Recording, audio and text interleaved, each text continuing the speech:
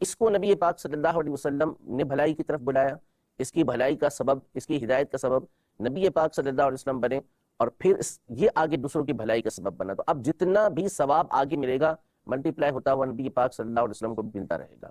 تو یوں ثواب کے اعتبار سے نبی پاک صلی اللہ علیہ وسلم کی ذات گرامی یہ ساری مخلوق میں سب سے افضل و اعلیٰ ہے۔ دوسرا، حدیث پاک میں یہ ارشاد فرمایا کہ ساری مخلوق اللہ کا کنبہ ہے، خاندان ہے، یعنی اس کی مخلوق ہے، اور ان میں سب سے زیادہ بہتر وہ شخص ہے کہ جو ان کو زیادہ نفع پہنچانے والا ہے۔ تو اب آپ دیکھ لیں کہ اہل جنت کا نصف یعنی آدھا یا ان کی 2/3 کو نفع جو پہنچانے والی ذات ہے وہ نبی پاک صلی اللہ علیہ وسلم کی ذات گرامی ہے۔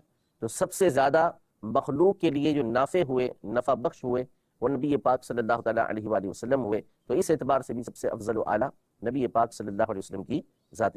اس کو نبی پاک صلی اللہ علیہ وسلم نے بھلائی کی طرف بلایا، اس کی بھلائی کا سبب، اس کی ہدایت کا سبب نبی پاک صلی اللہ علیہ وسلم بنے، اور پھر یہ آگے دوسروں کی بھلائی کا سبب بنا۔ تو اب جتنا بھی ثواب آگے ملے گا ملٹی پلائی ہوتا ہوا نبی پاک صلی اللہ علیہ وسلم کو ملتا رہے گا۔ تو یوں ثواب کے اعتبار سے نبی پاک صلی اللہ علیہ وسلم کی ذات گرامی یہ ساری مخلوق میں سب سے افضل و اعلیٰ ہے۔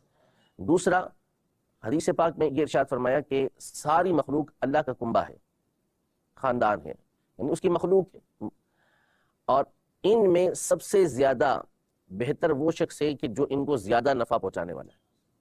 تو اب آپ دیکھ لیں کہ اہل جنت کا نصف یعنی آدھا یا ان کی 2/3 کو نفع جو پہنچانے والی ذات ہے وہ نبی پاک صلی اللہ علیہ وسلم کی ذات گرامی ہے۔ تو سب سے زیادہ مخلوق کے لیے جو نافع ہوئے، نفع بخش ہوئے، وہ نبی پاک صلی اللہ تعالیٰ علیہ وآلہ وسلم ہوئے۔ تو اس اعتبار سے بھی سب سے افضل و اعلیٰ نبی پاک صلی اللہ علیہ وسلم کی ذات